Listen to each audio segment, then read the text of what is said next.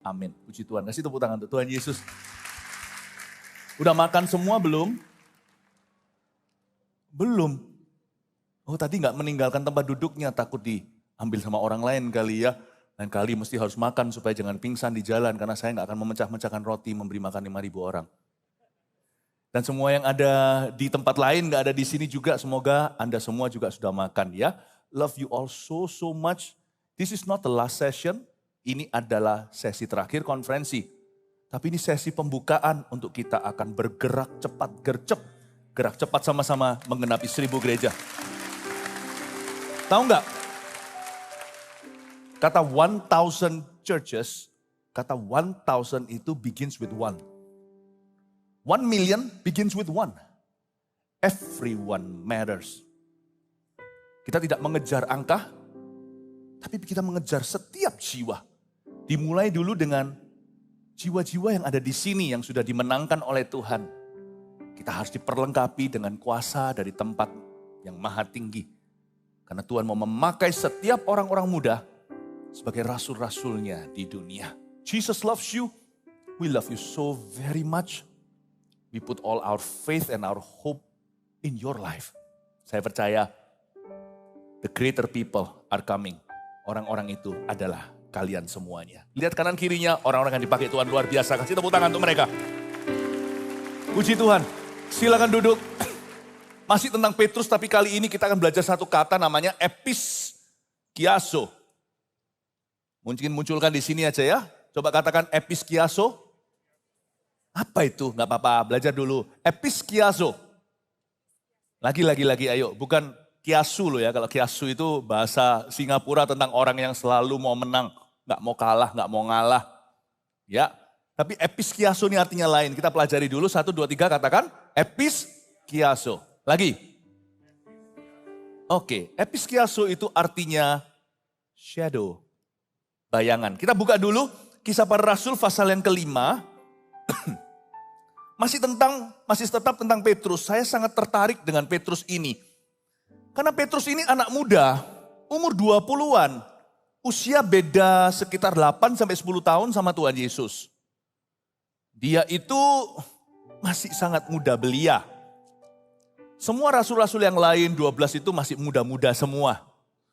Jesus chose 12 young men. Tuhan memilih 12 anak muda. Yesus memilih mereka karena hati mereka terbuka. Saya percaya Yesus memilih setiap kita. Dan kita akan pelajari dari kehidupan Petrus. Orang ini adalah orang yang dekat sekali di hati Tuhan. Kita baca terlebih dahulu apa yang terjadi setelah Yesus diangkat dan setelah Pentakosta. Kisah Rasul 5 ayat 12 sampai yang ke-16. Tanda-tanda dan mujizat. Dan oleh rasul-rasul diadakan banyak tanda dan mujizat di antara orang banyak. Semua orang percaya selalu berkumpul di serambi Salomo dalam persekutuan yang erat. Orang-orang lain tidak ada yang berani menggabungkan diri kepada mereka. Namun mereka sangat dihormati orang banyak.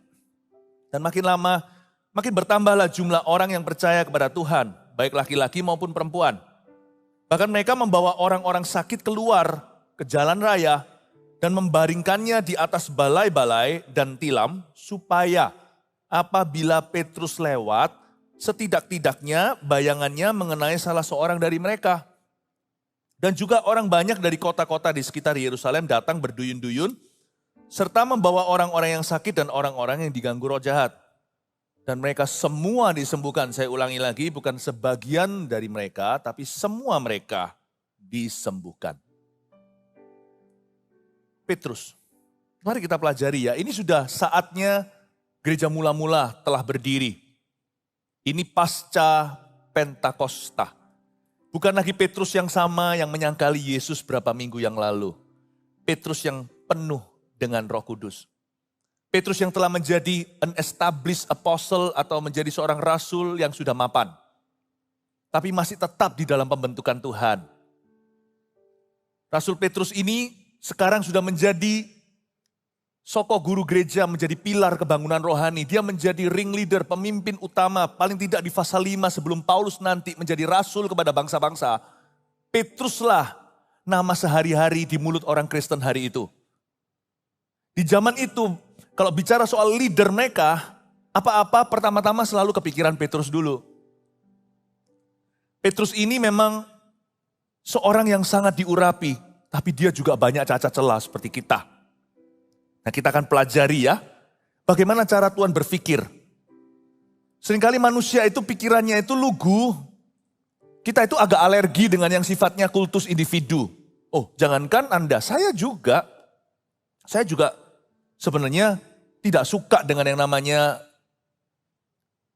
one man show atau mengkultuskan satu orang pribadi di dalam gereja. Tetapi dari cerita ini harusnya menurut saya, kalau saya jadi Tuhan tak hapuskan. Kenapa? Petrus jadi primadona di sini. Dia jadi idaman. Bahkan dikatakan di sini lewat bayangan Petrus, orang-orang disembuhkan atau minimal lah ayat 16 dihapuskan kan masih aman. Kita bisa berdebat terbuka. Mereka sih semua mengharapkan Petrus itu lewat supaya bayang-bayangnya kena. Tapi kan gak harus ada konklusi ayat 16 bahwa mereka disembuhkan. Bisa aja bilang mereka itu orang edan semuanya. Masa minta bayang-bayang orang? Masa minta episkiazonya Petrus? Jangan dong, jangan lihat manusianya dong. Lihat Tuhan. Berapa sering kita dengar itu? Ketika seseorang dengan lugunya datang untuk mendengarkan khotbah seorang pendeta. Atau ketika kita itu look up kepada satu figur pemimpin kakak rohani yang menuntun kita. Tidakkah Tuhan tahu itu bahaya? Bahwa kita bisa mengidolakan dan akhirnya menjadikan seorang manusia biasa sebagai berhala? Tapi kenapa Tuhan aman ya? Tenang, Tuhan itu gak gitu. Tuhan itu gak picik seperti kita.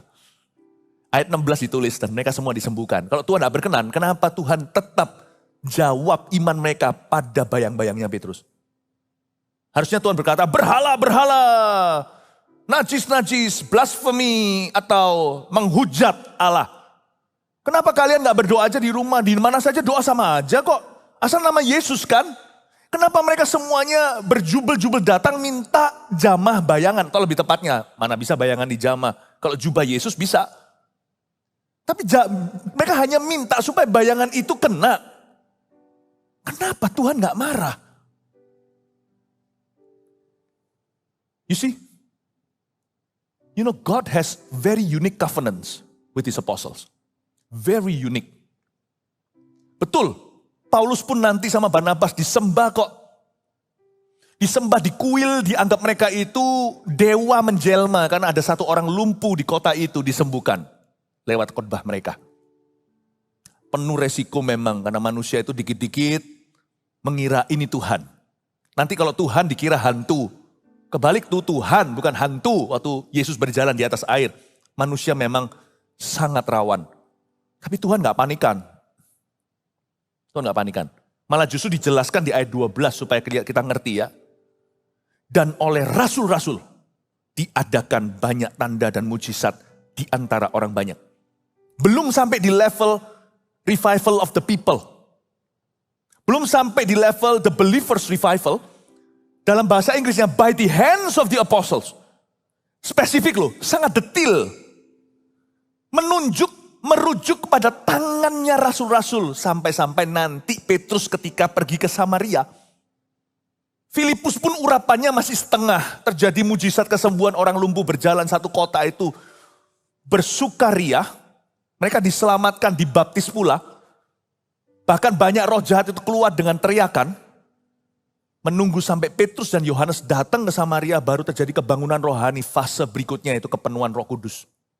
Sampai-sampai ada seorang mantan penyihir, ex-dukun berkata, "Can you give me that gift?" Bahasa Singapurnya, "I pay you lah." Tak bayar berapa? Kasih gua, kasih karunia itu aku mau. Petrus ngamuk karena best friend-nya disinggung. Lu menghujat Tuhan masih mendingan, kamu menghujat Roh Kudus. Roh Bapa, Roh Kristus. Yang menobatkan orang, kalau kita menghujat Tuhan karena kita gak ngerti ya. Lain cerita, ini Roh Kudus yang menginsafkan, kamu hujat. Dia berkata, kamu dan your money go to hell. pergilah ke neraka. Ketakutanlah Simon. Itulah kasusnya Simon versus Simon. Simon Petrus versus Simon si penyihir itu. Karena penyihir itu dukun pun bisa lihat tangannya para rasul itu ada something. Di sini juga dan oleh rasul-rasul diadakan banyak tanda dan mujizat. Not by the believers' hands yet. Belum dari tangannya orang percaya. Tapi khusus spesifikasi pada tangan rasul-rasul by the hands of the apostles. Pahami satu hal. Memang serba rawan. I understand, saya mengerti. Tapi kerajaan Allah bukan demokrasi. Tahukah Anda? Kerajaan Tuhan juga bukan one man show. Ujungnya, lakon sesungguhnya adalah umat Allah. Sedangkan rasul-rasul itu hanya kesetnya, reklame saja. Tapi kerajaan Allah itu meruncing dari atas, bak urapan di kepala, bukan di jari jemari kakinya naik ke atas. Urapan itu dari kepala ke janggut turun ke bawah. Makanya kalau kita punya masalah dengan leadership, ujung-ujungnya kita yang kering. Saya nggak ngomong gini untuk menambahkan kuasa kepada para pendeta loh ya. Malah justru para pendeta harus mawas diri. Makanya sebelum ini saya bersyukur waktu kita adakan annual meeting tahun lalu akhir tahun. Saya kasih judul martyrdom, yang datang bukan kalian, yang datang itu hamba-hamba Tuhan. Betul-betul sunat kulit katan. Habis betul-betul dikebiri sama Tuhan. Saya dihancurkan dulu, lalu saya hancurkan mereka. No. Kalau saya khotbah itu, saya akan usahakan sebagai gembala itu, khotbah itu dua sisi kalau beri makan. Sisi pemberi, sisi penerima, sisi pemimpin, sisi yang dipimpin. Tapi sekarang giliran yang dipimpin. Makanya itu, orang kalau punya masalah dengan leadership, termasuk kalau leadership itu salah. Kalau hatimu salah menanggapinya, bukan dengan cara yang alkitabiah, nanti akhirnya tertular ya kan. Benci sama papa, benci deh. Nanti waktu dia sendiri dewasa, dia melakukan kesalahan papanya. Makanya gak boleh kepahitan. Makanya orang kuno itu betul, ya itu sih superstisi, tapi sebenarnya firman Tuhan juga sudah ajarkan. Misalnya orang kuno zaman dulu kalau lagi hamil itu jangan sampai gak suka sama tetangga, nanti keluarnya bayinya mirip tetangganya. Suka menghina hidung orang, nanti ketika lahir bayinya, anaknya, hidungnya sebesar bola. Ya gitu superstisi saya ngerti, tapi ada moralnya di dalamnya. Kepahitan itu menularkan kesalahan orang kepada Anda. Kepada siapa Anda pahit, Anda jadi seperti itu. Oke? Tapi saya coba bicara kepada kalian semua tentang suatu prinsip ilahi ini. Bahwa kerajaan Allah non-demokrasi. Tapi teokrasi. Demokrasi itu sistem pemerintahan. Voting bersama.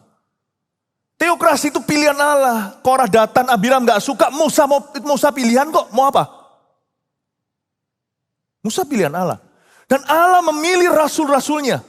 Tak terkecuali Petrus. Petrus ini punya tempat istimewa di hati Tuhan. Tuhan tuh gak pilih kasih ya. Sekalipun jikalau Tuhan pilih kasih pun kita harus kamguan. Bahasa Hokian. Kita harus bisa menerimanya.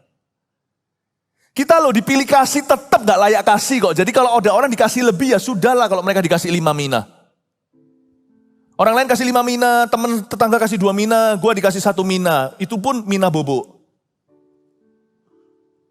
Gak apa-apa, kita gak masuk neraka aja sudah super terima kasih atau kamsyah. Mana bisa kita menuntut Allah, menuntut lebih wong dari sononya berhutang budi kok, nuntut apa? Nah, meskipun kita mengerti bahwa kerajaan Allah itu teokrasi. Allah itu memilih orang-orangnya. Karena itu visi itu sangat penting sebelum terjadi provisi. Sebelum ada provision itu ada vision. Tuhan punya pintu dalam hidupmu. Dan pintu itu visi yang lebih tinggi. Bicara tentang sesuatu yang coming from not under, coming from above. Dan itu gak bisa Anda ciptakan sama gua. Kerohanianku kan kerohanianku. Iya UMR dasarnya bisa, tapi segala sesuatu yang Allah akan tambahkan dalam hidupmu itu bergantung bagaimana Anda hidup dalam visi yang lebih tinggi. Yang bukan menjadi milikmu. Orang yang melayani visinya sendiri, biasanya orang itu gak punya visi. Orang itu selalu mulai dengan melayani visi orang lain dulu. Selalu begitu. Visi itu ada supervisi atau supervision ya kan. Dijaga. Yesus pun loh, anak Allah Mesias, anak Allah pencipta dunia. Jadi Simeon dan Hana yang cubit-cubit pipi Yesus so cute di bait suci itu gak ngerti. Mereka sedang mencubit wajahnya pencipta. Tapi Yesus pun perlu belajar, kata Ibrani. Belajar disempurnakan dalam ketaatan lewat penderitaan sebagai anak Allah. Yesus pun belajar untuk menjadi seorang intercessor. Lewat apa yang dia alami. Di bawah asuhan Yusuf, lalu Maria. Bahkan umur 12, Yesus masih harus ikut mama papa pulang. Ketinggalan di bait Allah, di gereja berdebat dengan ahli Taurat. Jesus loh, melalui proses 30 years old, baru dimunculkan di public ministry. That's Jesus. Perlu dicobai sama setan dulu.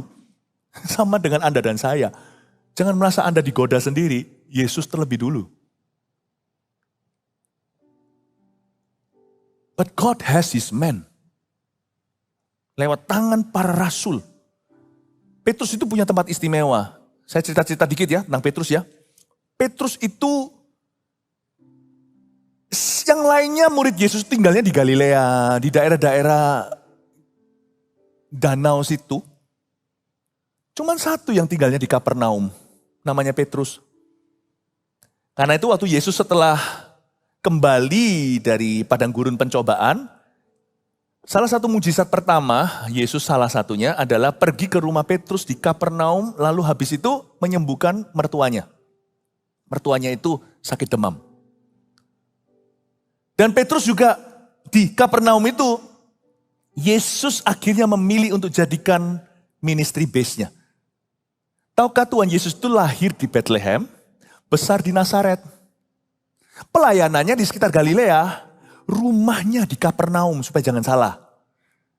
Rumah Yesus itu ngontrak, anak Allah, anak manusia tidak punya tempat meletakkan kepala. Yesus tidak punya surat hak milik. Tidak ada SHM, bahkan tidak ada guna bangunan. HGB, hak guna, ya. Enggak ada. Yesus punya rumah itu, kasihan Tuhan kita. Suatu hari waktu pulang udah capek pelayanan, udah keliling itu, pulang mau istirahat, dikerumuni orang di Kapernaum. Lalu ada satu yang nekat bolongi atapnya, turunkan orang lumpuh, itu rumah Yesus. Itu gimana balikin kepada yang punya rumah. Yesus harus menambalnya. Gak bisa toh Anda ngontrak lalu dijebol kiri kanan, kan nanti Anda harus ganti rugi. Itu dijebol sama mereka setelah sembuh lari. Bukankah Yesus berkata, angkatlah tilammu, kan pergi. Mestinya angkatlah tilammu, sebelum angkat tilammu bayar dulu renku. Tapi zaman dulu kok bisa dibolongi atapnya? Atapnya zaman hidup orang Yahudi bangsa Israel waktu Yesus. Itu memang atapnya gak terbuat dari seperti atap kita sekarang. Gampang dibuka memang. Kapan? Dari semua muridnya, Yesus memilih untuk taruh home base-nya di hometown-nya Petrus. Sometimes saya pikir ya, gak tahu kenapa sih Tuhan itu kok sangat berkenan sama orang tertentu, I don't know. Kita jadi orang Kristen lama-lama, tapi orang itu berkarunia, saya gak tahu. Ya kita bisa mengharapkan karunia itu, tapi kita gak bisa menentukan, apalagi memaksakan. I don't know, but be glad kalau kita melihat orang lain dipakai Tuhan. Dan jikalau Anda mau dipakai Tuhan, minta sama Tuhan, Tuhan itu berkenan. Pakailah aku Tuhan, aku gak mau jadi orang Kristen yang baik saja. Pakai aku secara luar biasa. Boleh loh itu. Kalau Anda tidak minta dipakai secara luar biasa, mendingan jangan minta dipakai sama sekali. Jangan jual mahal sama Tuhan, atau jangan pelin-pelan. If you want to be used by God, because in being used by God, dipakai Tuhan itu pasti akan bayar harga. Udah bayar, dapatkan produknya. Sekalian pakailah aku Tuhan, urapi saya. Petrus itu dikenan Tuhan kayak begitu. Jadi pahami ya, dari tangan rasul-rasul diadakan tanda-tanda mujizat heran. Mereka itu ketemu di Serambi Salomo. Saya baca lagi ayat 12. Dan oleh rasul-rasul diadakan banyak tanda dan mujizat di antara orang banyak. Semua orang percaya selalu berkumpul di Serambi Salomo dalam persekutuan yang erat. Ini ajaib. Menurut saya ini juga semacam dimensi mujizat. Bukan mujizat, mujizat itu tetap miracle. Miracle itu supernatural. Ini alami, tetapi ini pun sebenarnya supra alami. Orang-orang ini loh, ingat gak kejadiannya gereja mula-mula itu berdirinya gimana? Susah. Gereja itu kalau berdirinya satu kota, orang-orang itu saja, rumpunan biasanya dimulai dengan keluarganya, sepupunya mulai bergereja, lalu jadilah sebuah gereja. Masih oke sih, cara kita merintis gereja itu masih termasuk alami. Ini cara yang lebih nekat lagi. Pentakosta itu datang dari mana-mana. Dari mana-mana. Dari Afrika, Yahudi dari Irak, Yahudi dari mana-mana datang. Yahudi dari Mesir, dari mana, mereka sudah beda budaya. Ini ngumpul jadi satu, dan mereka tidak jadi pulang karena Pentakosta itu terjadi, mereka menjadi gereja mula-mula. Mereka memberitakan Injil kemana-mana, seperti yang saya katakan tadi, mereka pendatang. Mereka menyadari bahwa mereka hanyalah pendatang di bumi. Kok bisa ya mereka itu bisa kumpul selalu di Serambi Salomo, gereja pun gak punya. Serambi Salomo itu bait Allahnya zaman Herodes itu bait suci yang dibangun dengan porches atau dengan kamar-kamar, ada berapa yang besar. Ini kira-kira menurut saya outdoornya. Gereja mula-mula itu pinjem di sana, nggak tahu mereka mungkin bayar dari penjaga baitnya, penjaga Serambi Salomo mungkin bayar rental atau gimana. Mereka minjem di sana dalam persekutuan yang erat. Ajaib nggak? Mereka bisa bersekutu dengan erat, padahal bedanya langit bumi satu dengan yang lainnya. Yahudi dari Afrika itu lebih hitam, udah kecampur-campur.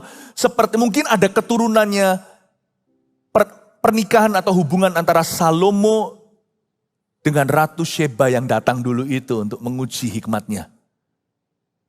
Jadi kalau Anda hari ke Israel, ada orang-orang Israel yang lebih kebulean, ada orang Israel yang lebih hitam.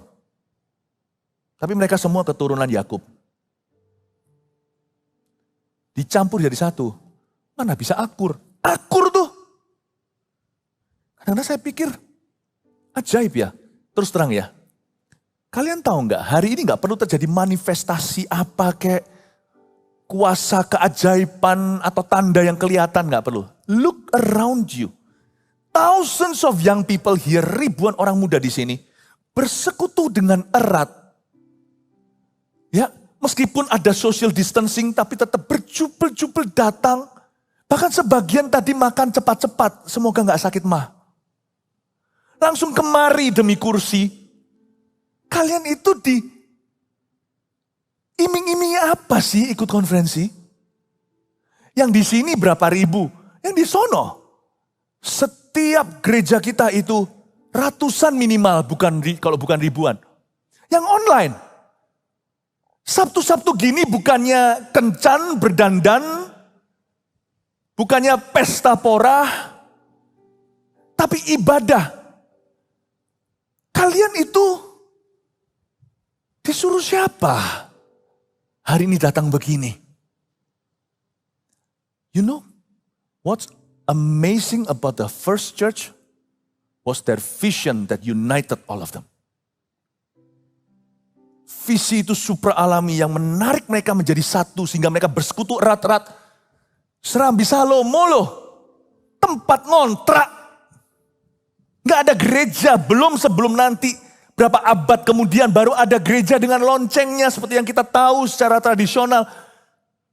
Mereka di sana pun nanti dianiaya, udah gak di Serambi Salomo lagi, di rumah-rumah. Kok bisa mereka ngumpul erat-erat lagi? Sometimes when I think about you, AOGers, I see God's miracle. Saya melihat mujizat Tuhan di tengah-tengah kita. Ada sebuah visi, malahan di sini datang pun disuruh, we will die, leaving a revival behind. Ya mungkin kalau kita kumpul sini ada artisnya, atau mungkin ada door prize-nya nanti yang pulang dapat BMW. Pulang mungkin minimal dapat iPhone atau apa. Enggak tuh. Datang ke sini disuruh hidup bagi Kristus, mati adalah keuntungan.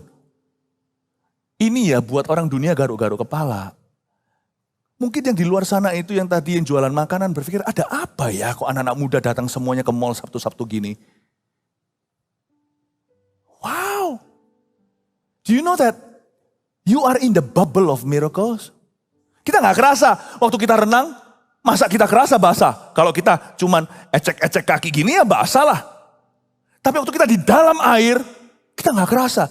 Do you know, tahukah Anda, kalian semua sedang di dalam sebuah bubble mujizat Allah, di mana ada perkenanan dan tanda-tanda heran menanti Anda. Berikan tepuk tangan untuk Tuhan.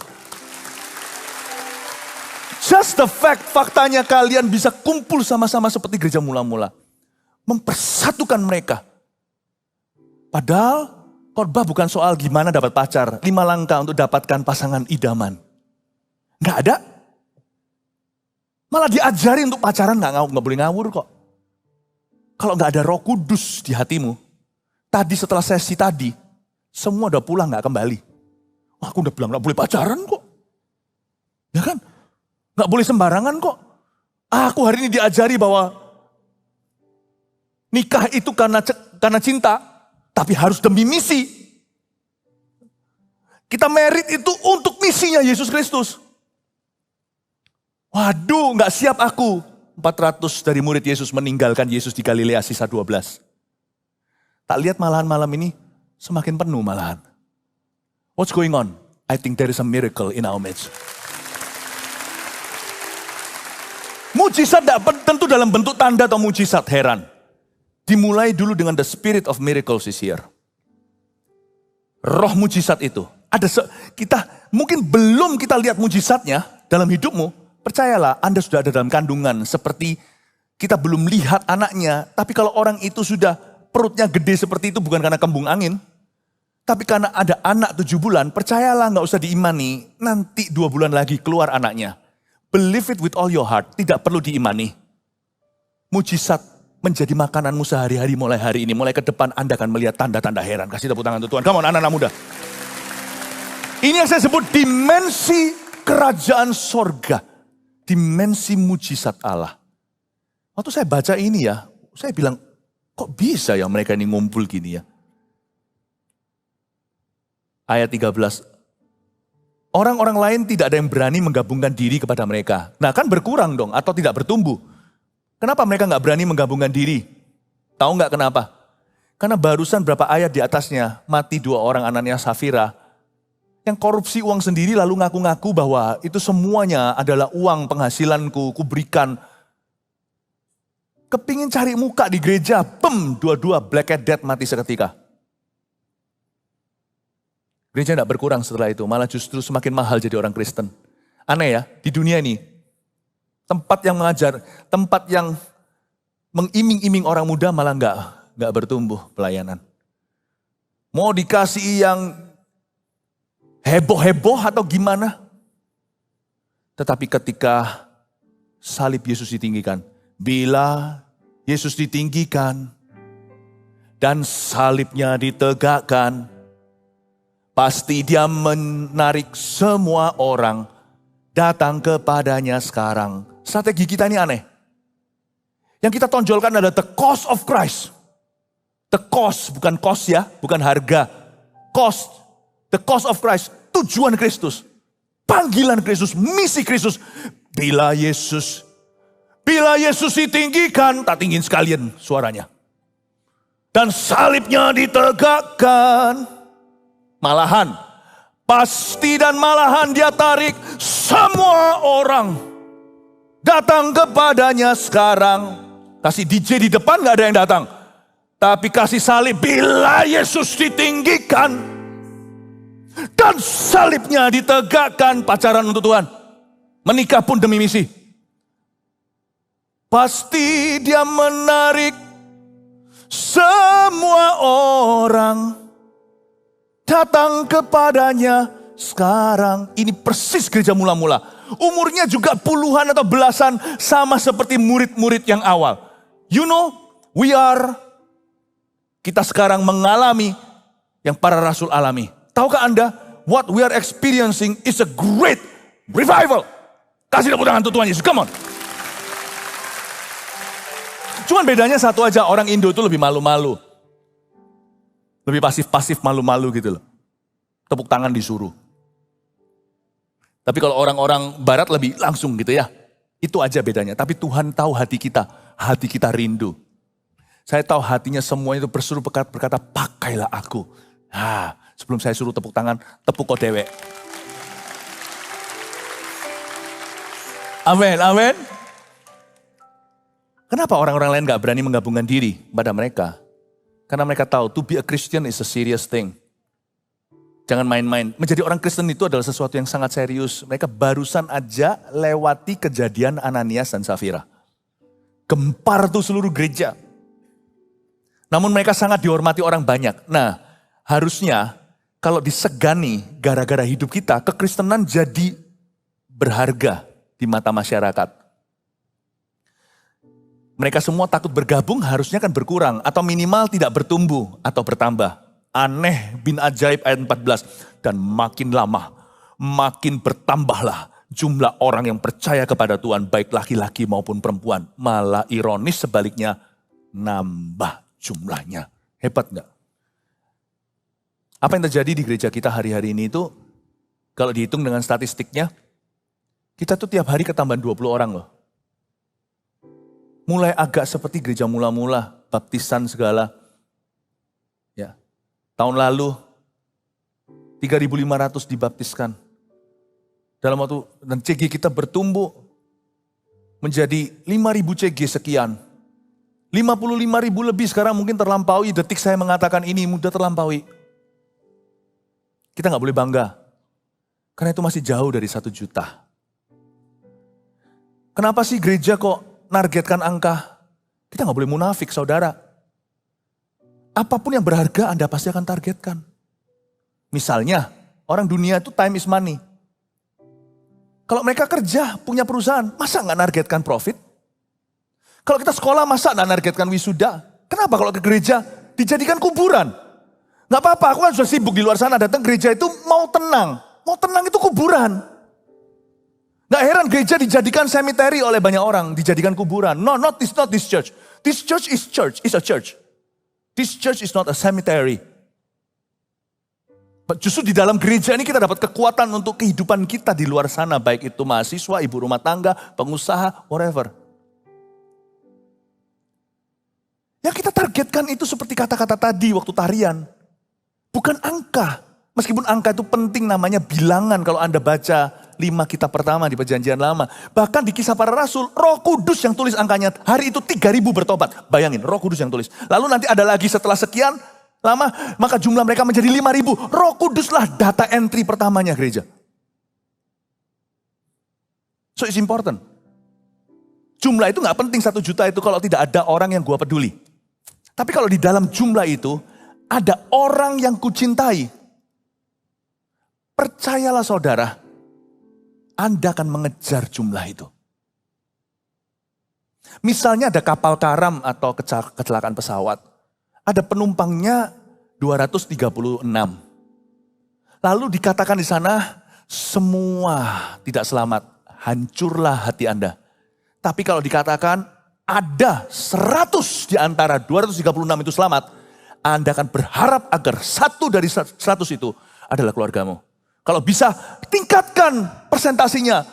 Tinggikan chance atau kesempatannya. 100 per 236 itu kan tidak ada setengah. Kalau bisa 150 per 236, lebih dari setengah, lebih dari separuh, 60% gitu. Kalau bisa minta sama Tuhan seperti Abraham bersyafaat untuk Lot di Sodom Gomora. Kalau bisa jangan 150, 180 ya. No, 190. Kalau bisa 210, kalau bisa 230 yang mati 6 saja. Kalau bisa, kalau hatinya mulia, jangan ada yang binasa. Numbers become important if your mother is in the plane. Angka menjadi perlu jikalau anak kita ada di situ. Cici kita, best friend kita ada di sana. Saya sih sudah gak ngitung angka best friend gitu-gitu. Sekarang saya ngitung angkanya kota dan negara. Bukan berarti saya hebat, bukan. Kita harus mentas, gak boleh di Yerusalem melulu, harus ke ujung bumi. Tapi sebenarnya loh, ada orang pernah sekali warning saya begini loh, kalau semuanya gitu terus matanya, kapan lu pensiunnya? Nah ya itu loh, susahnya gitu loh. Fisik sih kepingin untuk slow down lah, paling tidak gereja kita udah besar. Tubuhku bisa lemah, rohku penurut sama Tuhan.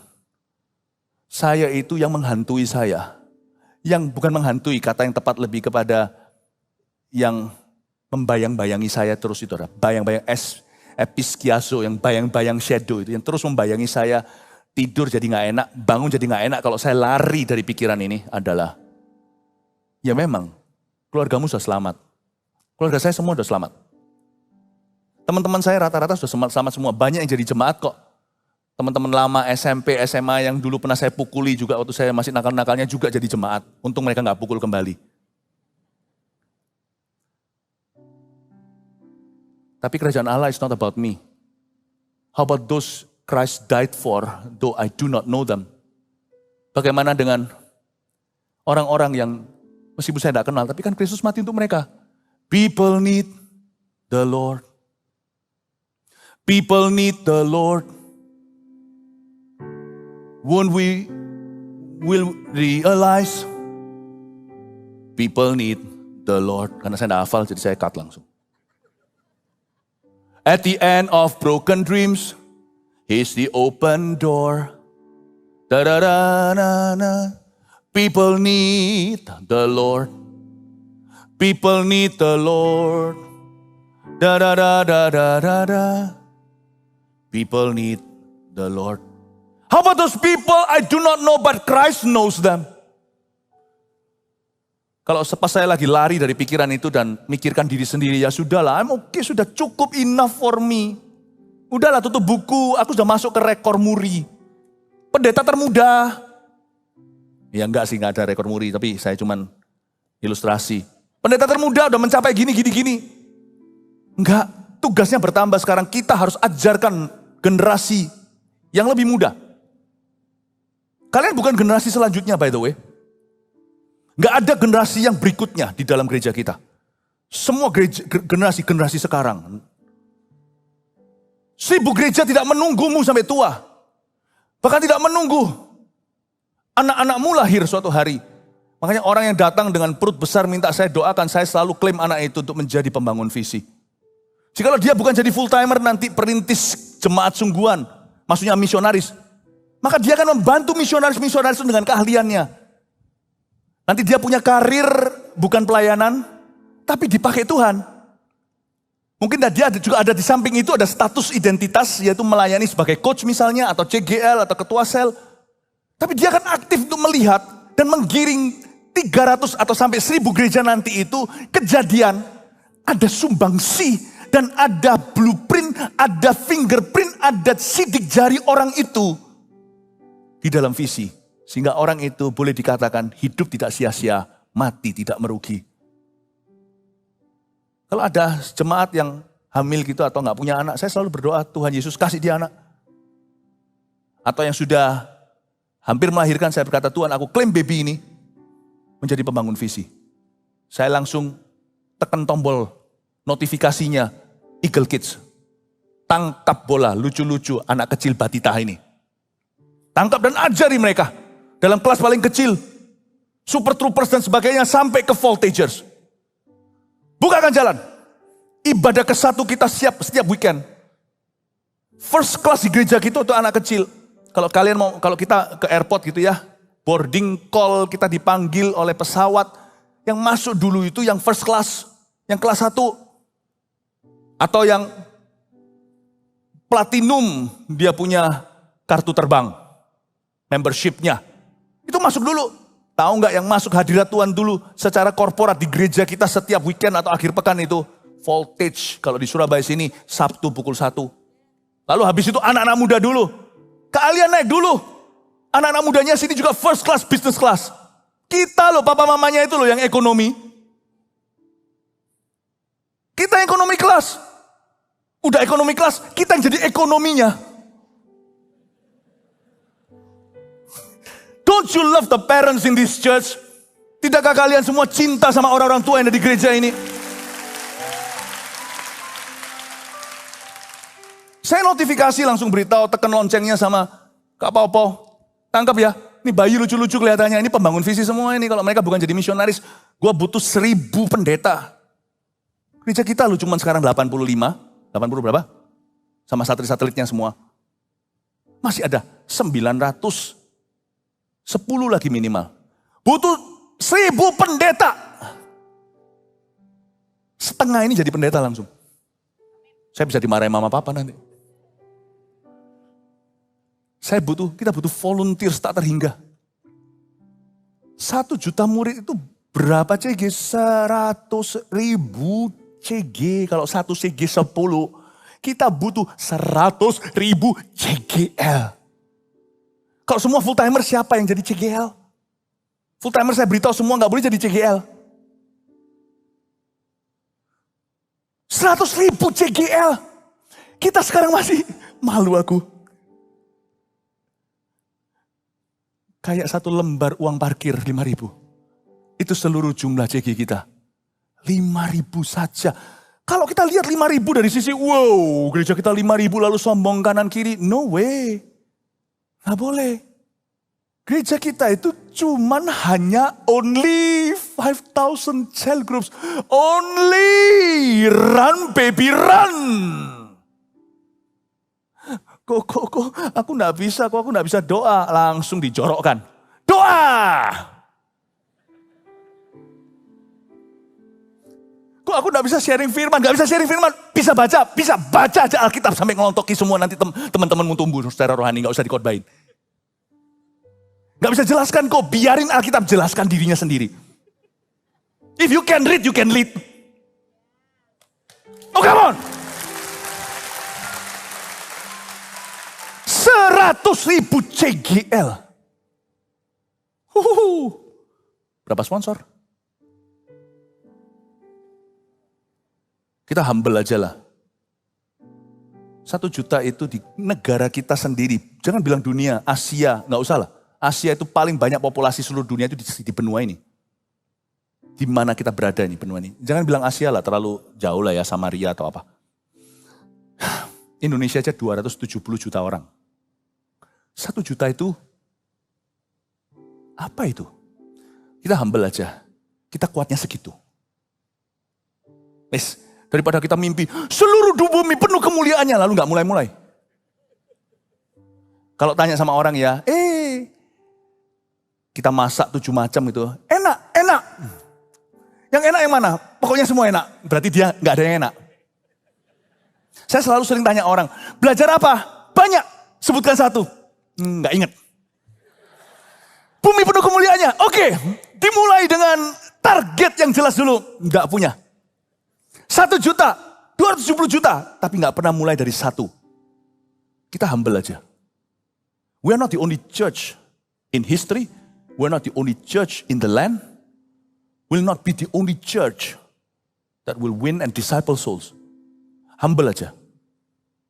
Kita shareholdernya cuman 1 bukan persen, 1 per 270. Kelihatan kecil kan visi kita sekarang, 1 juta? Sekarang paham kan kenapa banyak orang harus jadi pendeta. Tapi gak bisa kita datang, kok aku mau jadi pendeta? Lulus dulu.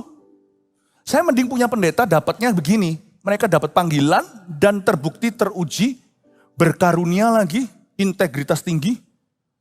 Mereka itu mengorbankan sesuatu untuk masuk ke dalam pelayanan full time. Bukan karena gak bisa sekolah, gak bisa lanjutin kuliah. Bukan karena kuliahnya, bukan karena dia fail dapat D. Bukan karena dia punya GPA itu apa? IP-nya itu rendah. Oh tapi IP ku enggak loh kok, IP ku 3,9. 2 kali ngambil ditambah. Berarti 3,9 bagi 2 berarti IP-nya. Yang gitu bukan. Nanti hanya makan minum dari jemaat. Tapi tidak menjadi nilai tambah buat jemaat. The best of the best yang harus menyerahkan diri. Mau tahu nggak kalau mau jadi pas pampres atau menjadi ajudan presiden dan perdana menteri? Dari AL, Angkatan Laut, Angkatan Udara, dari kepolisian, diambil yang utama untuk punya baret berwarna beda. Mereka lah pasukan khusus.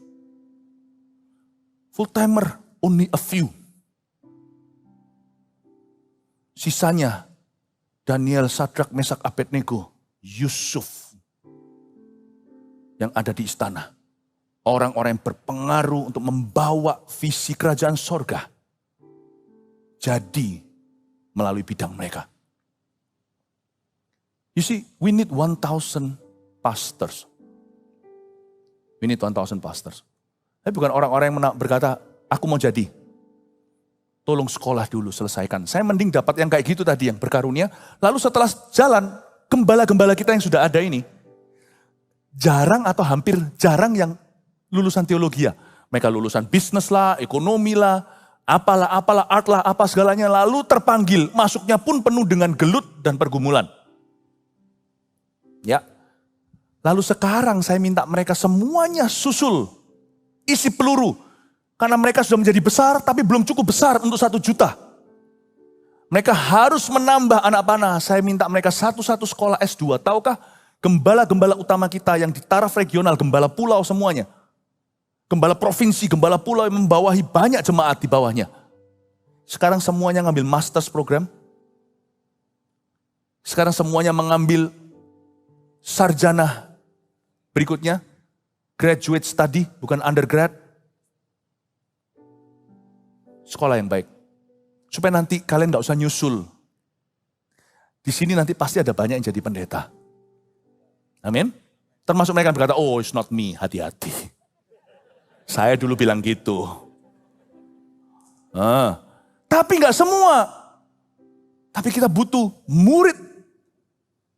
999.000 nanti itu semuanya murid di dunia sekuler. Orang-orang yang menjadi pewarna visi kita. Mereka yang menggembalakan bersama dengan Kristus. CGL kita semua kan volunteer, demikian coach dan TL-nya juga banyak begitu kan. Ayo bergerak semua. Oh haleluya. Bertambahlah jumlah. Dan makin lama makin bertambahlah jumlah orang yang percaya kepada Tuhan, baik laki-laki maupun perempuan. Ayat 15 mulai kita bahas tentang shadow ini. Bahkan mereka membawa orang-orang sakit keluar. Ini kejadiannya ke jalan raya. Dan membaringkannya di atas balai-balai dan tilam. Ditaruh di ranjang ala kadarnya atau matras. Tikar juga. Supaya apabila Petrus lewat setidak-tidaknya. Mereka minta Petrus tumpang tangan tapi ini ribuan. Setidak-tidaknya bayangannya mengenai salah seorang dari mereka. Kata bayangannya disinilah keluar bahasa Yunaninya episkiaso. Episkiaso dicatat, itu punya dua arti. Satu overshadowing. Bukan hanya shadow saja atau bukan hanya bayang-bayang tapi membayang-bayangi. Kedua, arti keduanya shining brilliantly. Bersinar terang, cerah cemerlang. Terang benderang. Aneh ya. Kalau kita baca gini, apakah Lukas si dokter ini, orang yang ilmiah sekali kok bisa miss penggunaan kata-kata. Dia kok bisa pakai term yang sama sekali bertolak belakangan dengan shadow sesungguhnya. Karena Lukas itu diilhami Roh Kudus untuk menuliskannya. Pemilihan kata Yunani yang dia pakai juga gak sembarangan. Itu sesuai dengan pilihan Roh Kudus. Ada banyak cara kita memakai kata-kata. Ya, saya bisa berkata aku mau makan itu I want to eat. Bisa juga I wish to eat. Bisa wish juga we wish you a Merry Christmas. Make a wish. Bisa juga I would like to eat. Atau bisa orang yang sangat cinta sama makanan, foodie banget, I love to eat. Ya kan? Atau bisa juga I'm dying to eat. Wah desperate sekali aku pokoknya pingin air perigi Bethlehem itu. Pemilihan kata itu perlu. Kalau saya khotbah juga pemilihan kata, ini terjadi secara instan di sini Roh Kudus bantu. Dan Roh Kudus ketika dia tulis episkiaso dan setidak-tidaknya episkiasonya Petrus mengenai salah seorang dari mereka. Overshadow, so it's not a shadow. Dari sisinya mereka yang kena bayang-bayang Petrus dikira bayang-bayang. Karena mereka nggak melihat terang. Karena mereka berdiri berseberangan. Kalau kalian mau foto, di sebelah situ ada jendela terbuka, rembang tengah hari. Fotonya bagus, penerangan di ruangan juga bagus sekali, tapi kameranya bagus maksudnya. Penerangannya bagus tapi ceklek, gelap. Gelap, namanya backlight. Backlight. Apalagi kalau nggak punya rambut kan, ceklek. Itu kalau ada flash langsung memantul. Backlight from the head. Ini dia jelaskan dari sisi orang-orang itu kiranya bayang-bayang Petrus. Tapi Tuhan itu mengerti kekanak-kanaan iman. Jadi Tuhan itu jawab bukan dengan cara yang aman. Tuhan itu kadang-kadang ngefuri atau ngalah demi untuk membantu orang. Dengan semua kerawanan yang bisa terjadi loh ya mereka mengidolakan Petrus. Dari sisinya mereka lihat bayang-bayang. Kalau kita jepret lalu gelap kita kira ada shadow di ruangan itu. Tapi sebenarnya justru karena terang. Tapi di sebelah sisi sana, sang surya atau matahari Dia kasih terang, dari sini tuh terang, dari sana fotonya dapatnya gelap. Mereka lihatnya shadow-nya Peter dari sisi Petrus. Shining the brilliant light. It is not a real shadow. It is someone walking so closely to him, people thought it was his shadow. Ada seseorang yang jalan sama Petrus saking dekatnya dikiranya bayang-bayangnya. Nah, ini orang-orang yang selalu lihat horror movie itu biasanya takut sama bayang-bayang sendiri. Bayang-bayang dikira hantu. Bagi orang yang kepenuhan Roh Kudus, bayang-bayang itu Tuhan. I want to be so close to Jesus that people may mistaken him to be my shadow. And I wish I could be his shadow. Andai kata saya bisa jadi bayang-bayangnya Tuhan. Menjadi seperti kau Yesus. Menjadi seperti kau Yesus. Lihat ini bayang-bayang saya. Langsung kelihatan. Nah ini kepalanya begini. Ada ininya. Mirip sama saya. Pasti ini saya. Kita mirip sama Yesus tuh lama-lama setan pun ketakutan. Lihat kita kiranya Tuhan. Makanya kalau kelepasan terjadi. Ini kasus-kasus ekstrim. Lihat kita terang. Langsung ketakutan. Berarti aku agak berhasil ikut Yesus. Kalau setan lihat gitu, wow, my cousin. Sepupu ini. Gagal loh. Gagal total. Big fail. Tapi Tuhan itu bisa ngalah sama kita. Dia mau jadi shadow-nya kita. Banyak orang kan gini kan, Tuhan sertai aku. Sorry, bukan sertai aku. Urapi aku dan sebagainya. Tahu nggak? Kita minta hadirat Tuhan, Petrus jalan demikian rupa. He no longer requested Christ's presence. Dia nggak perlu lagi minta hadirat Kristus. Christ's presence was at his presence. Coba pikir, hadiratnya Tuhan Yesus ada di hadiratnya Petrus. Dengan kata lain, gak perlu dia itu dituntun Yesus, dia gak akan ngawur karena dia kenal Tuhan. Anak kecil kan harus dituntun, anjing tak terlatih kan harus dikasih tali. Kalau kita sudah menjadi dewasa, kita jalan kemana-mana gak mungkin pergi ke arah yang salah. Atau kaki kita itu rush into sin atau tergesa-gesa masuk ke dalam dosa. Jadi Tuhan itu aman sama kita. Saya aman sama istri saya, kalau jalan begini sekalipun saya kepalanya. Bukankah suami kepalanya istri? Tapi kalau saya lagi pergi gini, istri saya tuntun saya ke kanan, saya gak akan tanya, kamu mau tuntun aku ke jurang? Mungkin kalau di mall dia tuntun ke situ, saya aman aja, ikut aja. Mau dibawa ke arah toilet kek, atau saya diajak untuk ke toko tertentu kek, atau ke food court dulu kek, saya tenang aja sambil dengan handphonean gini saya tenang. Because I am safe in my wife's presence. Jesus should be safe in his church's presence. Jangan minta-minta hadirat Tuhan, ngerengek-ngerengek sama Tuhan. Kasih hadiratmu dong. Tambahkan hadiratmu at your presence. Nanti sebelum kita pelayanan baru, give me your presence. Walk with him, he will be present. Kadang-kadang bukan Tuhan yang nuntun kita kemana. Kita jalan keluar, pagi hari, cawan-cawan, pagi hari bangun mau ngambil koran, di depan udah ada berapa ribu orang. Kena bayang-bayang. Mereka dekat sama kita, mereka dijamah. Bukan karena kita mendoakan supaya mereka dijamah. Tapi karena Allah ada di dalam hadirat kita. Itu yang disebut oleh Yesus di Yohanes 15. Seorang hamba tidak tahu apa yang dilakukan tuannya. Dia hanya pesuruh saja. Tapi seorang sahabat kenal hati sahabatnya. Saya rasa bayang-bayang tidak mengeluarkan sinar.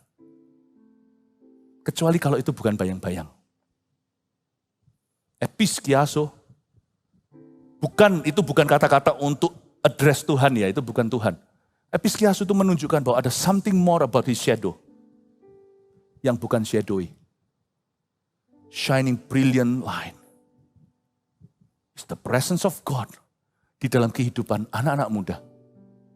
Hal ini gak bisa ditiru. Mengapa keluargamu diselamatkan karena ada dirimu di rumahmu? Ini gak bisa ditiru. Orang meniru metodemu gak bertumbuh. Orang mau tengking-tengking dalam nama Yesus yang Paulus beritakan.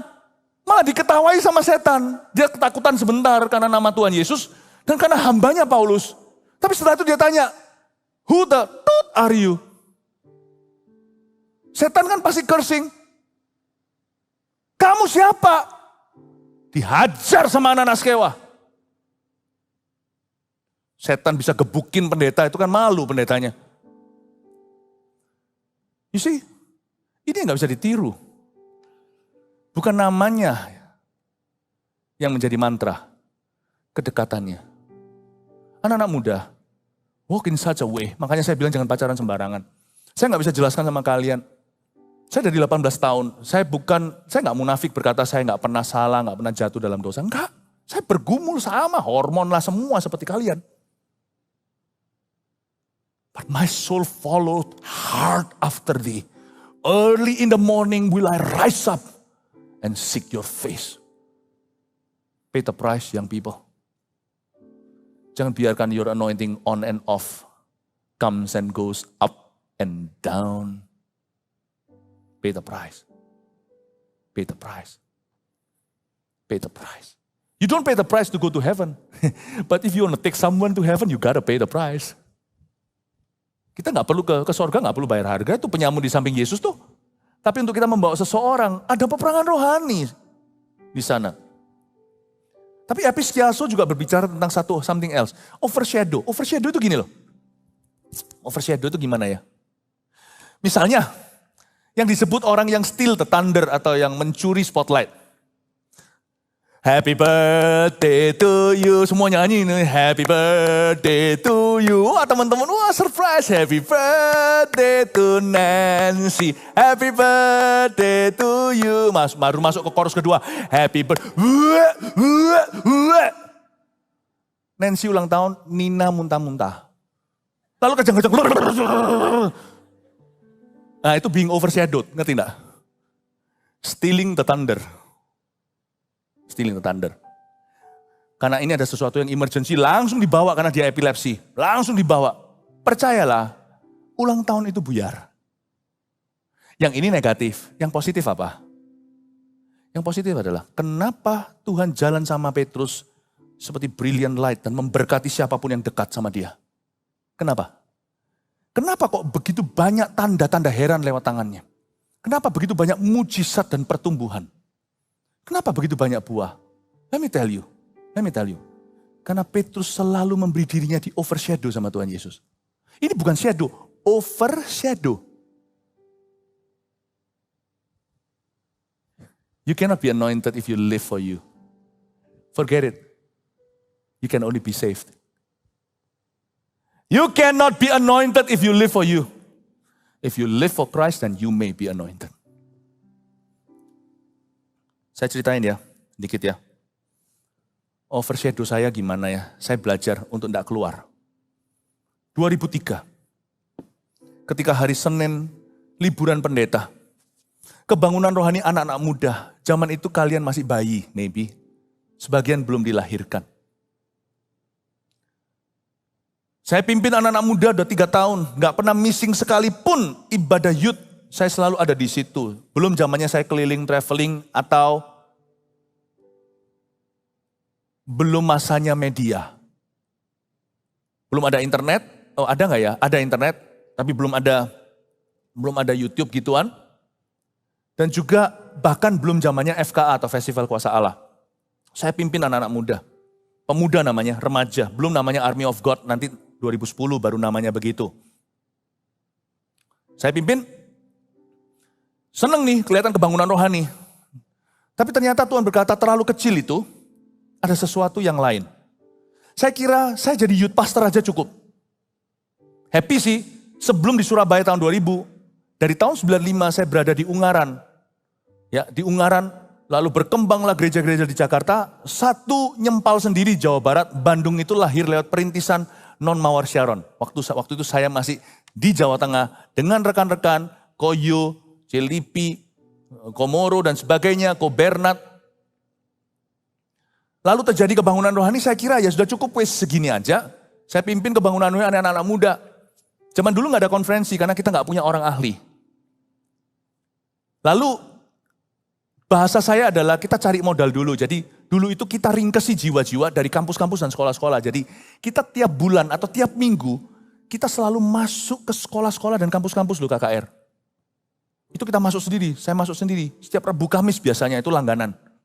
Wah masuk, lalu masuk ke CG langsung. CG-nya waktu itu kalau anak-anak muda hari Sabtu. Lalu Sabtunya juga ibadah remaja, minggunya ibadah pemuda. Remajanya pukul 7 malam, hari Sabtu pemudanya hari Minggu pukul 1.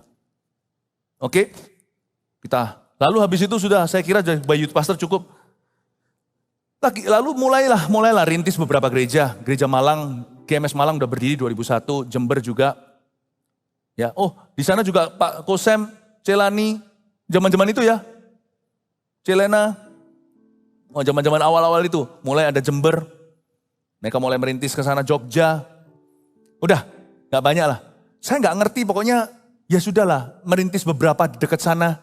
Kita menangkan kampus-kampus. Senin siang. Saya sedang berada di kamar saya sendirian, istirahat. Singkat ceritanya, susah untuk dijelaskan. Tuhan datang. Loh, Tuhan kan maha hadir. Iya, tapi ini bukan kehadiran maha hadirnya. Ini Shekinah. Ada 3 macam kehadiran yang saya kenal, yang diajarkan dalam firman. 1, maha hadir. God is watching us everywhere. Matanya di mana-mana. Kitab Wahyu katakan, matanya pun ada 7. Dengan kata lain, dia maha tahu. Ada juga yang namanya indwelling presence atau kehadiran di dalam tubuh kita. Yesus udah ada di hati kita. Kamu akan di dalam aku di dalam kamu. Yohanes 15, pokok anggur dan carang-carangnya. Tapi ada satu lagi hadirat. Namanya Shekinah Glory atau kehadiran yang dinyatakan, revealed presence. Kehadiran itu yang dialami oleh Yakub ketika dia tidur di Betel. Dia berkata, ternyata ini rumah Allah. Tempat dia menaruh kepalanya itu bantal, bukan bantal empuk dari bulu angsa. Itu bantal dari batu, dia tidur di situ. Ternyata ada tangga naik ke atas dan merinding dia bangun tidur, dia dapat perjanjian dengan Tuhan. Saya mengalami sesuatu yang saya nggak bisa jelaskan. Tinggal nanti lihat aja dampaknya. Kalau itu Tuhan kan pasti berdampak secara luar biasa. Kalau bukan kan orang bisa ngoceh apa aja terserah dia. Karena ini bukan sesuatu yang sifatnya di dalam Alkitab tertulis, ini pengalaman pribadi. Tapi dari hati yang dipenuhi Alkitab, kerinduan untuk membangun sesuatu bersama dengan Tuhan. Saya nggak mikir apa-apa sih, kecuali menggebu-gebu untuk jiwa-jiwa. Saya tahu ada harga yang dibayar. Ya. Setiap kali Tuhan mau melakukan sesuatu yang besar ya, Tuhan tuh selalu gerakkan hati saya untuk menyendiri. Meskipun saya sudah saat teduh tadi pagi, saya disuruh doa sampai satu titik seperti orang mengerang gitu loh. Doa itu sampai, seperti kemarin pada waktu di sesinya Pastor Mike itu, saya nikmati loh di sana, bisa berlutut berdoa. Padahal saya berlutut agak susah, karena lutut saya ini masih recovery. Tapi kalau lutut saya itu, berlututnya itu agak sedikit menjorok ke kursi gini, nggak terlalu sakit. Tapi kalau lututnya ke belakang gini, aduh setengah mati. Sudah berlutut setengah mati gitu, kita semua berseru. Saya nggak berseru untuk didengarkan oleh you. Saya berseru karena rerangan dari hati, karena saya tahu sesuatu besar akan terjadi. Saya berseru itu, nggak hanya berbahasa lidah. Dari dalam diri saya deep groan. Seperti Yesus sebelum bicara Ephata dan mencelikkan telinga. Ini baru selesai gitu, udah reda, suruh berdiri semuanya. Ya nggak apa-apa sih, karena nggak semua orang biasa. Tapi cara saya doa gitu, kurang lama menurut saya. Kita harus berdoa kayak orang Korea. Kalau mau kebangunan rohani yang dahsyat.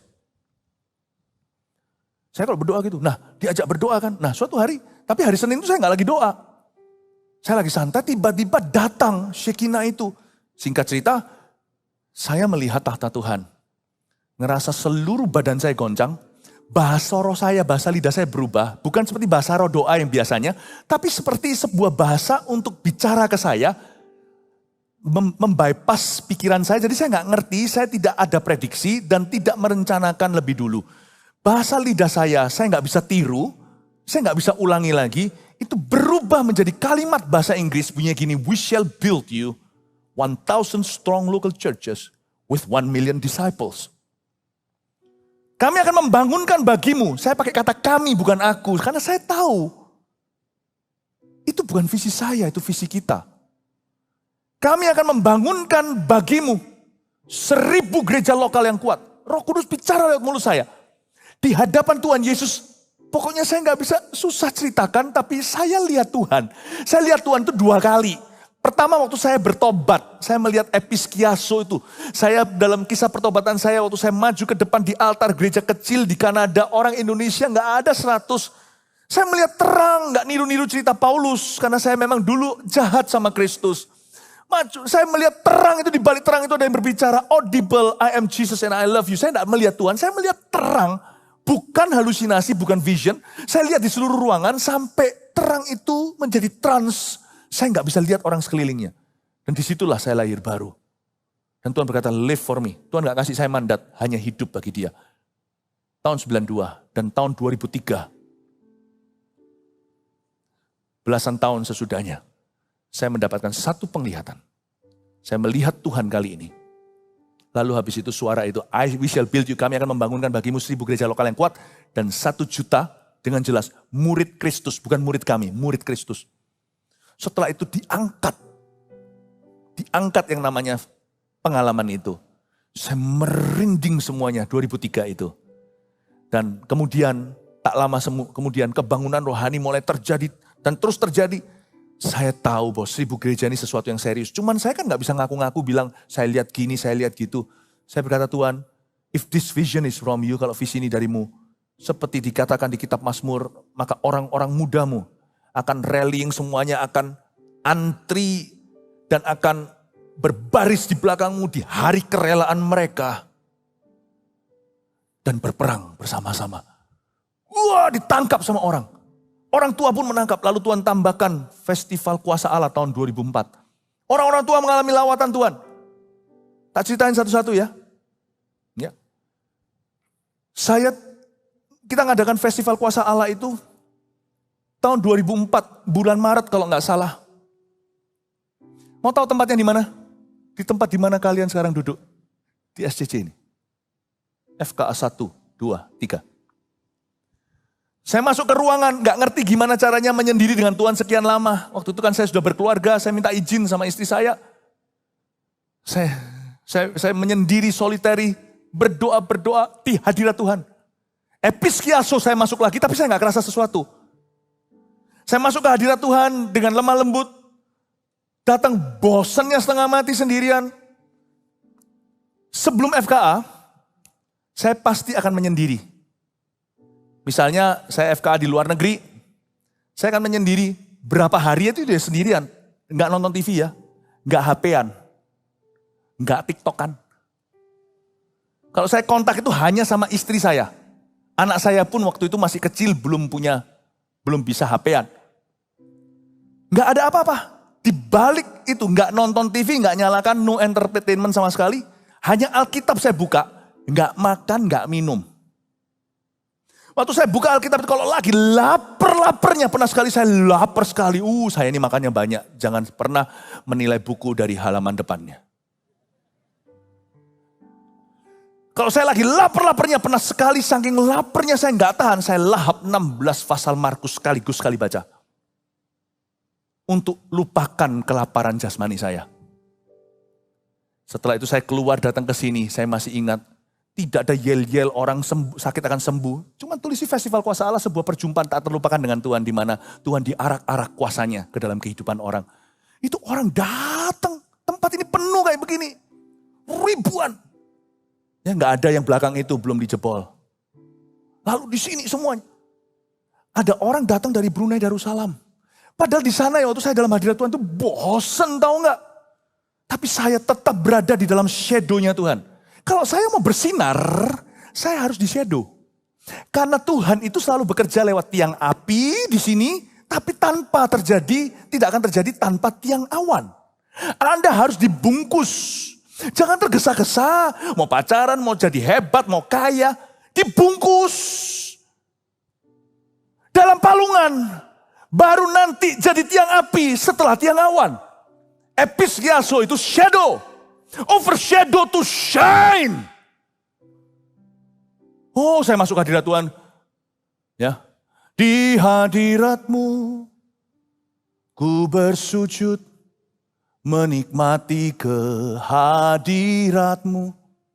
Ku buka hati saat ini untuk mendengar suaramu. Bosan bahasa Indonesianya nyanyi bolak-balik.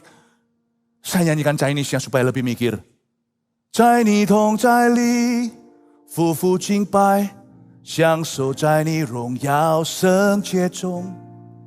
Zai zi shi zi ke, zhang kai wo xing, yao lai ling ting ni shen yin. Mulai merinding. Setelah nyanyi 3 kali, bosan lagi. Daging diiris-iris. Saya kira masa mungkin powerful ya nanti ya. Gua gak kerasa apa-apa. FKA 1 itu gak mudah bagi saya. Datang ke sini, baru maju ke sini. Khotbah saya pokoknya gampang sekali yang bisa diingat. Injil ABC. Dasar. Waktu itu saya berdoa, waktu kita mulai menyembah dan menyanyi. Di sebelah sana terdengar kertek, kertek, kertek, kertek, kertek. Orang-orang di satu sisi terdengar kertakan-kertakan tulang. Tiba-tiba satu orang yang datang dari Brunei Darussalam. Dengan penyakit langka digotong suaminya datang lumpuh badannya. Maju ke depan sini, lari-lari dan disembuhkan. Dan mungkin duduk di daerah tempat Anda duduk. Di FKA yang pertama saya melihat seperti ada kilat tiba-tiba datang ke situ. Seperti ada burung terbang tapi waktu saya lihat lagi nggak ada. Seperti di sebelah sana. My goodness, thunder, kilat-kilat datang. Waktu di dalam tiang awan, saya masuk dalam kelabu. Waktu keluar, bersinar terang. Jangan bosan di masa mudamu lakukan perkara-perkara simple. Itu kelabumu. Itu tiang awanmu. Setialah dalam perkara sederhana. 2, lalu habis itu FKA diadakan lagi berapa kali? 26 Desember.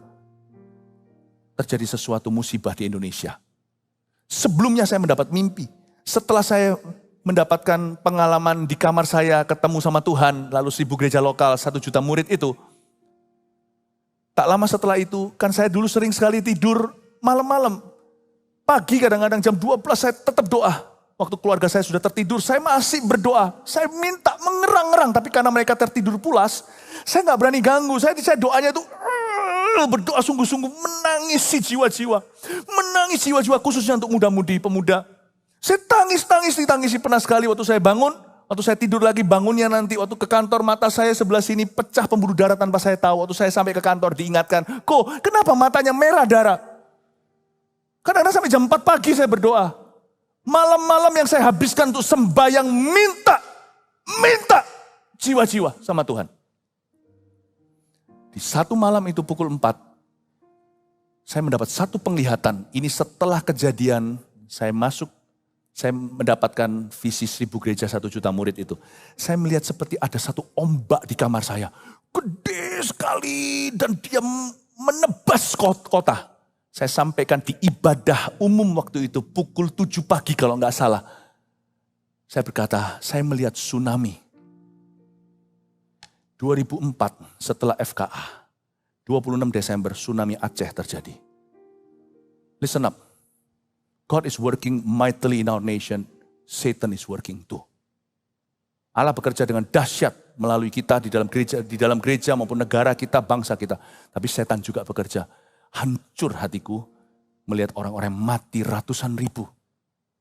Setan pun tahu angka itu berharga. Sekali sikat, tak tanggung-tanggung kalau dia bisa buat mati juta. Don't even think that your vision is so great. It is just right for our church. Listen, dengan ini saya terakhir. Episkiaso. Sejak hari 2003 itu. Lalu kejadian yang membuat hati ini marah sama setan tahun 2004. Saya membuat keputusan. Hidupku akan forever sampai mati di overshadow dengan 1000 gereja 1 juta murid visi ini. I no longer live for anything but this. Dan sejak saya cetuskan bahwa ini akan menjadi shadowku sampai aku meninggal dunia. Anak cucuku kalau mau menyandang margaku, harus ada di shadow ini. Semua orang yang saya bimbing, semua yang saya mentori, anak-anak rohani, harus ada di shadow ini. It's not about us, kita akan di overshadow. Overshadow kita adalah visi 1000 gereja dan 1 juta murid. Dan sejak kita cetuskan dan tidak pernah keluar dari bubble ini, aneh bin ajaib. Tanda-tanda, mujizat heran terjadi terus. Seperti ayat 16 terakhir, dan semua mereka sembuh. kita melihat banyak orang disembuhkan. Banyak bisnis company yang disembuhkan. Karena mereka mengizinkan hidupnya, bahkan company-nya di overshadow dengan visi 1000 gereja. Banyak pernikahan disembuhkan. Orang mau cerai sekarang jadi coach. Banyak anak muda kena narkoba bebas begitu aja. Begitu aja tanpa rehab. Karena mereka akan menjadi pembangun visi Tuhan beri mujizat. Malah saya kira kita mati kalau kita menyerahkan diri barang siapa. Menyerahkan nyawanya untuk aku, untuk firmanku, untuk Injilku. Malah memperolehnya. Saya kira dengan ada di bubble ini hidupku tidak akan ada freedom atau ada kebebasan lagi. Malah kita melihat kemerdekaan. Roh Kudus bekerjanya semakin menjadi-jadi. Di mana ada roh Allah, di situ ada kemerdekaan. Saya kira dengan menyerahkan hidup kita ke dalam bubble ini, kita lenyap, malah kita nambah.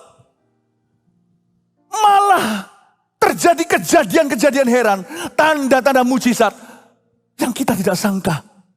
Listen church, selama kita di overshadow dengan visi dari kerajaan sorga ini, akan ada penyertaan dan pembelaan Allah. Keluarlah dari visi itu, barang siapa menyelamatkan nyawanya, dia akan kehilangan nyawanya. Saya tahu kalau saya sampai keluar dari bubble ini, Allah tidak akan sertai saya. Saya mau khotbah sampai ngelontoki gimana pun juga pakai metode yang paling canggih. Mau gereja diobok-obok dibuat gimana, tidak akan ada pertumbuhan lagi. And whatever I say will fail. But as long selama saya berada di dalam tiang awannya, tahun 2003 yang tidak akan pernah saya lupakan selamanya. That is my overshadow. As long as I live in that bubble, the presence of God will be at my words. In my words, not at my words. Saya nggak berani lancang. Tuhan tidak akan saya perintahkan. Hadirat Tuhan akan ada di kata-kata saya. Hadirat Tuhan akan ada di dalam kehadiran saya. His presence will be in my presence. His presence will be in our presence. Bukan karena kita sakti, bukan karena kita hebat. Karena kita berada di dalam shadow-nya Tuhan. Itulah sebabnya visi 1000 gereja 1 juta. 1000 gereja 1 juta murid ini. Kalau sampai saya perkecualikan AO Gears, berarti saya izinkan kalian mati. Tapi kalau saya beritakan seperti ini, siap-siap. Episkasio ini bukan menjadi awan, tapi menjadi api yang menghidupkan hidupmu. Siap-siap disertai, siap-siap dibela, siap-siap diurapi oleh Roh Kudus karenanya. Haleluya. Mari kita semua bangkit berdiri. Terima kasih Yesus Kristus.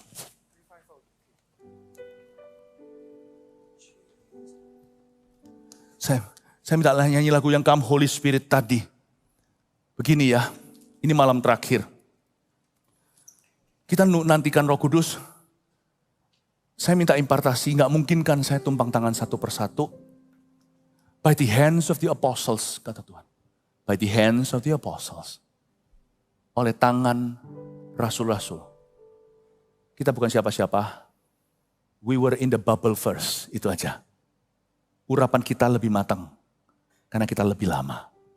Urapan kita bukan urapan lama, tapi urapan tua. Anggur tua, bukan anggur lama basi, anggur tua, mahal harganya. Bukan usia, we started very young. Dan saya ingin sekali untuk memberikan pengurapan itu, seperti katakannya Pastor Pau-Pau, pengurapan pelayanan itu juga datang dari pemimpin-pemimpinmu. Tidak pernah ya, Petrus berkata, ayo jamah bayang-bayangku. Tidak pernah ada cerita Paulus itu doakan sapu tangannya, lalu sapu tangannya dikasih orang. Tidak pernah. Sapu tangannya hilang. Tapi kena orang sembuh. Kita tidak akan narik perhatian ke kami tidak akan narik perhatian ke kami. It's all about Jesus. Kalau bisa langsung. Tapi kadang-kadang Tuhan melalui hamba-hambanya. Emas perak tidak kuberikan padamu, apa yang kupunya kuberikan, baru terjadi sesuatu. Sometimes, teokrasi itu fungsinya begini. Dia beroperasi lewat iman. Pemimpin-pemimpin yang mengimpartasikan. Saya ingin impartasikan bukan cuma kata-kata. Sabar sama saya, gak apa-apa ini akhir pekan. Besok minggu kan, gak kemana-mana kan. Saya akan berdoa, tidak lama-lama tapi. Agar supaya terjadi impartasi. This is what I will do. Kita akan fellowship bersama-sama. Dalam Roh Kudus. Nanti saya akan minta para hamba-hamba Tuhan. bukan tumpang tangan. Saya minta nanti hamba-hamba Tuhan lewati lorong itu aja. Lalu kembali. Lewati di samping mereka. Sambil mengangkat tangan seperti ini. Episkiaso. Akan ada bayang-bayang. Bukan bayang-bayang ini beneran. Tapi akan ada seorang yang berjalan bersama dengan para hamba-hamba Tuhan itu. Overshadowing you. Di situ urapannya akan sweeping semuanya. Saya minta begitu aja ya. Tapi nanti at my command, jangan sekarang. Saya minta para pemimpin-pemimpin, gak tentu yang pendeta, tetapi beberapa yang senior-senior di sini to help me.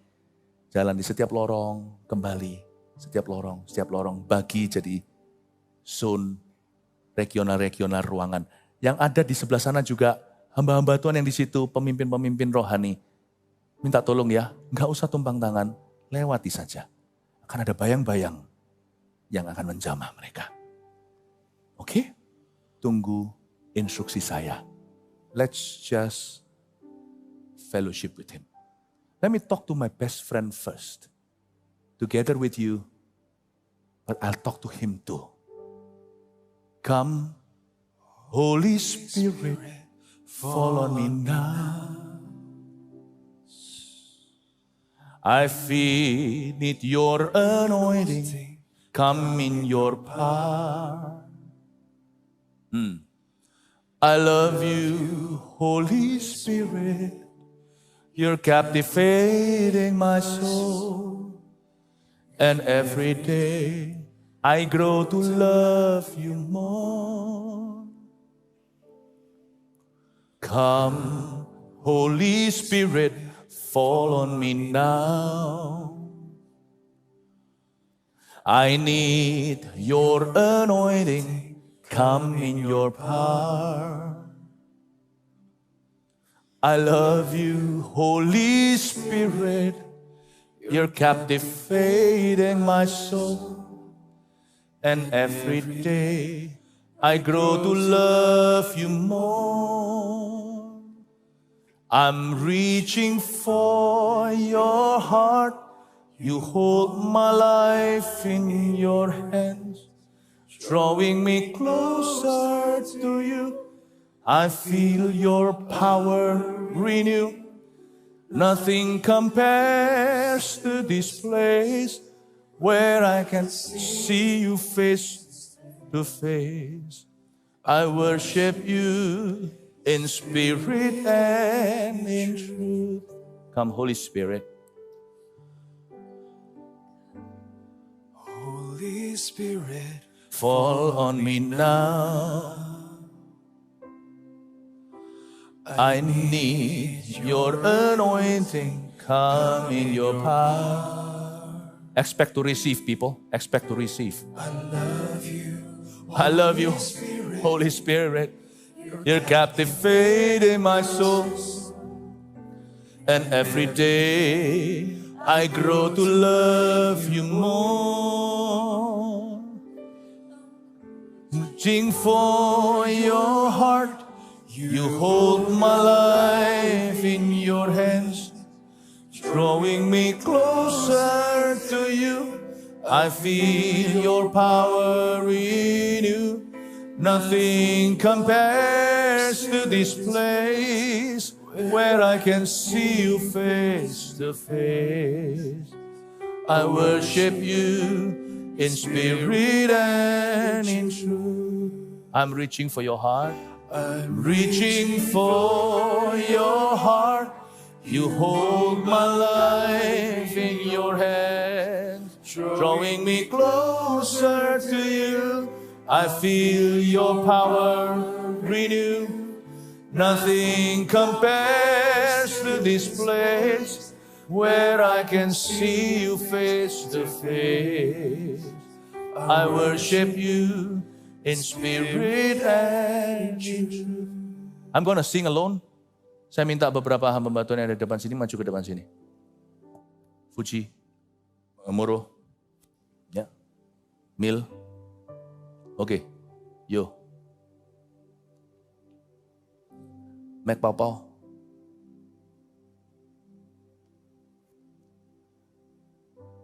Fandi.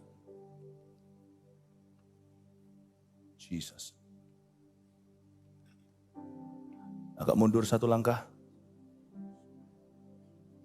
Setengah langkah lagi. Nanti pada waktu mereka berjalan di lorong, lalu ganti lorong, coba di cover semua termasuk yang di belakang. Gak ada pilih kasih, di belakang pun hadirat Tuhan akan kuat. Di tempat Anda berada, di luar sini juga hadirat Tuhan akan kuat. Saya cuma minta partisipasi dari hamba-hamba Tuhan di sana, saya gak tahu siapa aja. Kalian ikuti instruksi di sini, copy. Saya akan nyanyi sendiri. Dalam hal ini izinkan merucut, izinkan impartasi hari ini sebagai visionari saya impartkan ke Anda, ke mereka, mereka impart ke Anda. Nanti selama mereka berjalan di tengah-tengah, angkat saja tanganmu. Jangan cari physical manifestation, percaya saja Anda akan menerima sesuatu. Emas perak tidak kuberikan kepadamu. Apa yang kupunya kuberikan padamu. Tuhan, hamba minta secara simbol jubah, Kau berikan kepada anak-anak muda. Saya akan lewati kalian, nanti kalian akan lewati mereka, gitu ya. Jesus. Siapa lagi tadi? Pilihkan orang-orang lagi yang kurang ini. Siapa lagi? Suggest to me, siapa yang perlu ada di depan sini. Help me, we need more people. Yang tolong aturin, ya maju Chandra. Mundur setengah langkah Chandra, jangan dekat-dekat. Selama mereka berjalan saya akan angkat jubah saya sebagai simbol saja. Bahwa seperti Elia mengurapi Elisa, kalian akan diurapi oleh Tuhan. Bawa maju beberapa lagi sebelum saya lewati mereka. Jesus. Andrew, yes. We need more people to cover every aisle. Andrew, ya. Shadow petakan ini kaya sunana. Shekinah. Let me go through ya. Permisi. I sing alone. Kalian yang ada di depan angkat tangan saja sebelum kalian yang akan jalan nanti. And where I walk, Jesus will be right there walking with me towards you. Come, Holy Spirit, fall on me now. I need your anointing. Come in your power. There you go. I love you, Holy Spirit. You're captivating my soul. And every day I grow to love you more. Come, Holy Spirit, fall on me now. I need your anointing. Come in your power. Walk, O Christ, I love you. Holy Spirit, you're captivating my soul. And every day I grow to love you more. I'm reaching for your heart. You hold my life in your hands, drawing me closer to you. I feel your power renewed. Nothing compares to this place where I can see you face to face. I worship you in spirit and in truth. I'm reaching for your heart. You hold my life in your hands, drawing me closer to you. I feel your power renewed. Nothing compares to this place where I can see you face to face. I worship you in spirit and in truth. I'm reaching, la la la, da da da da da da da da da da da da da da da da da da. Da da da da da da da da. You in spirit and in truth. I'm reaching for your heart. You hold my life in your hands, drawing me closer to you. I feel your power renewed. Nothing compares to this place where I can see you face to face. I worship you in spirit and in truth. Church, get ready. Angkat tangan setengah saja supaya nggak capek. Yang di depan tadi yang sudah saya lewati mereka. Jalan perlahan-lahan saja sesuai ketukan lagu ini. Walk with God, enjoy it. Come, Holy Spirit, fall on me now. Worship, worship, worship. I need your anointing. Come in your power. Receive! I love you, Holy Spirit. You're captivating my soul. And every day I grow to love you more. Come, Holy Spirit. Come, Holy Spirit, fall on me now. I need your anointing. Come in thy power. Come in your power. I love you, Holy Spirit. You're captivating my soul. And every day I grow to love you more. I'm reaching for your heart. You hold my life in your hands, drawing me closer to you. I feel your power in you. Nothing compares. Kamu jaga dia, jaga dia, jaga dia. Lai, sini, sini. Where I can see you face to face. You go over there, walk there. Suruh dia jalan ke situ. I'm reaching for your love. Reaching for your heart. You hold. Yang sebelah sana, jalani. Drawing me closer to you. I feel your power in you. Nothing compares to this place where I can see you face to face. I worship you in spirit and in truth. I'm reaching for your heart. Pak Johnny sama Foni maju ke sini juga sekalian. Jaga mereka di belakang. Ya, receive. Foni, come. Receive.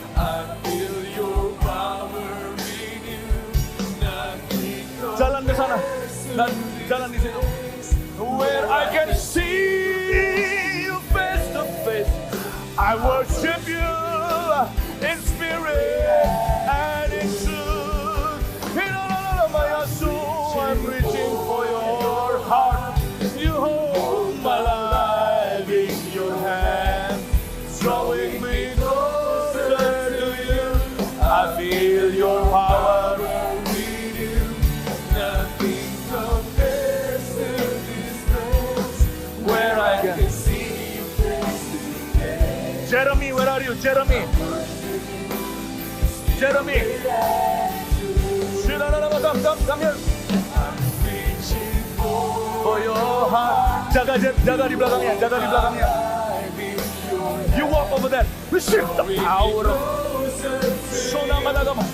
feel your power in you. Go. Nothing compares. Compared to this place where I can see you face to face. I worship you in spirit and in truth. Oh, Ramaya Baralamaya Shandalalama.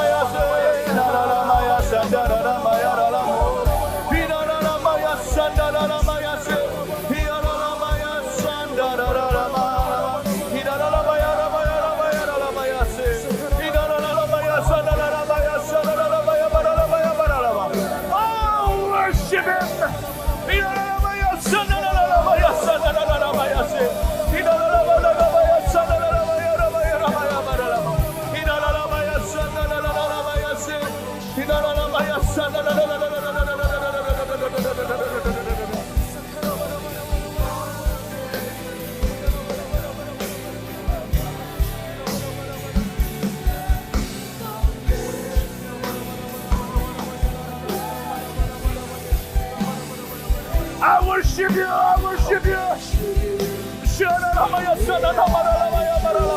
I'm reaching for your heart. For your heart, you hold my life in your hand, drawing me closer to you. I feel your power in you.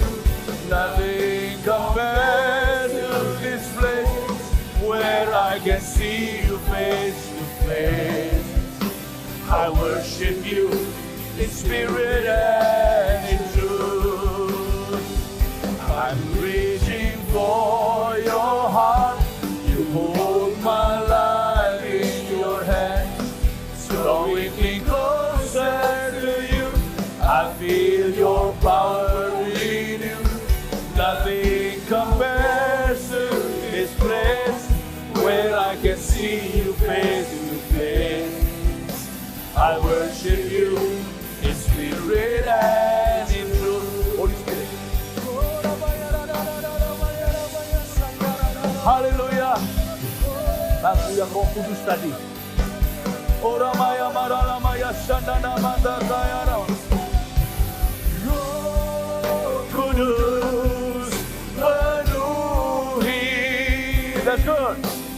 Roh Yesus urapi. Jamalah setiap hati kami. Mengalirlah sekarang. Roh Kudus penuhi. Roh Yesus urapi. Jamalah setiap hati kami. Mengalirlah sekarang. Roh Kudus penuhi. Roh Yesus urapi. Jamalah setiap hati kami. Mengalirlah, mengalirlah sekarang. Roh Kudus, Roh Kudus penuhi. Roh Yesus urapi. Jamalah setiap hati kami. Mengalirlah sekarang.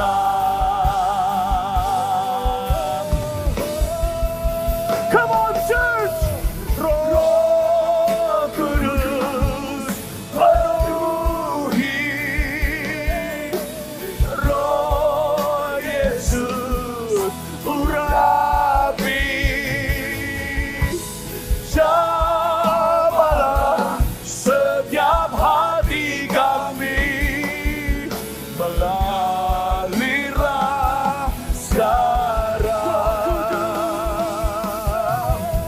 Roh Kudus penuhi. Roh Yesus urapi. Jamalah setiap hati kami. Mengalirlah sekarang. Jamalah setiap hati kami. Jamalah setiap hati kami. Mengalirlah sekarang. Jamalah setiap hati kami. Jamalah